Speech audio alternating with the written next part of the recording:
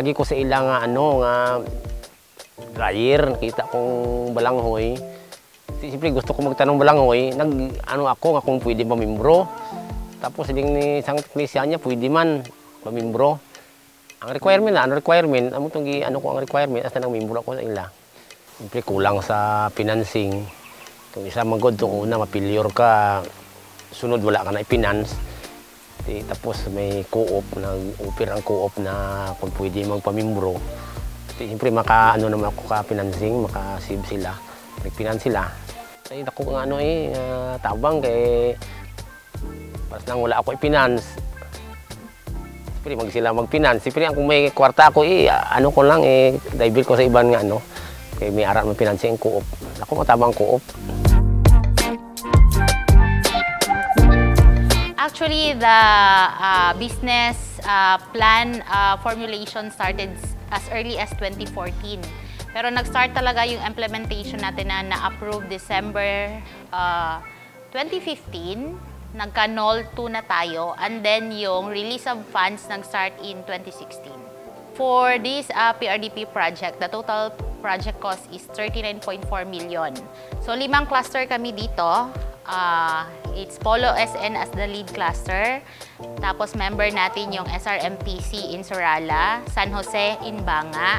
Ang ika-4th is the Topland in Coronadal and Pubusila in Tampakan. So, lahat ng cluster naka-receive ng input provision and production support. Sa input provision, meron tayong tractor at saka trucks. And then for production support, a total of 1 million production support para pang-finance sa mga farmers. Per cluster, 1 million. And then meron din tayong vermicomposting. Tapos meron din tayong planting materials nursery. And aside from that, meron tayong processing equipments na binigay sa lahat ng cluster, the chipper, granulator, and then moisture meter. Tapos, meron din tayong 2 truck scale. Isa dito sa lower valley and isa sa upper valley. And then, meron din tayong warehouse and solar dryer. For the farmers, they already enjoyed the financing na zero interest.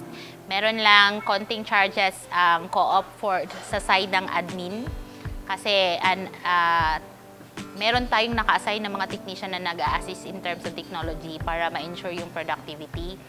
And then so far, we have this list of farmers na naka-avail sa PRDP. Ma-compare mo talaga yung income, yung PRDP farmer, finance under PRDP project, at saka yung kasaba farmer finance under regular program ng cooperative. Masyadong malaki yung difference in terms of the financing cost kasi zero interest talaga itong PRDP. So, in result, nadagdagan yung income nila, mas lumaki yung income nila, and then they tend to enjoy the support like technology transfer, tapos assistance, and then the logistics, tractor, truck, and also because of the truck scale, our farmers are assured that whatever yung harvest from the area is sakto yung weight na babayaran sa kanila. And then, mas mabilis yung payment kasi we have available funds. Aside from that, on the co-op members' benefits naman, nakakapag-enjoy sila ng patronage refunds and dividends. Dahil din sa PRDP, we are able to start with our food processing na sa kasaba. So, hindi na lang tayo for animal feeds, meron na din tayong food processing. So, if you can observe, meron na din tayong sweet potato, tapos meron na tayong tapioca chips. So, nagpa-process na tayo. Isang, kumbaga, improvement sa ating PRDP project na, talaga, hindi lang hanggang animal feeds, but also food processing na. This project, this partnership with the DA region, the PLGU, and the LGU, nag-open ng opportunity for Polo SN na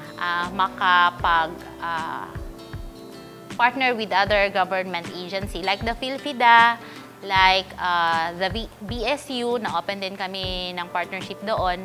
Tapos, there was, in 2017, Polo SN sumali sa CCMEA, Kasaba Management Excellence Award. And fortunately, we are awarded as a champion in Kasaba Management Excellence Award na bigyan kami ng 5 million pesos na premyo para i-upgrade yung facility natin sa Kasaba. So with that, we are able also to purchase yung wing van para ma-ensure na ang delivery natin ng stocks from the solar dryer to our client is hindi naapektuhan yung quality.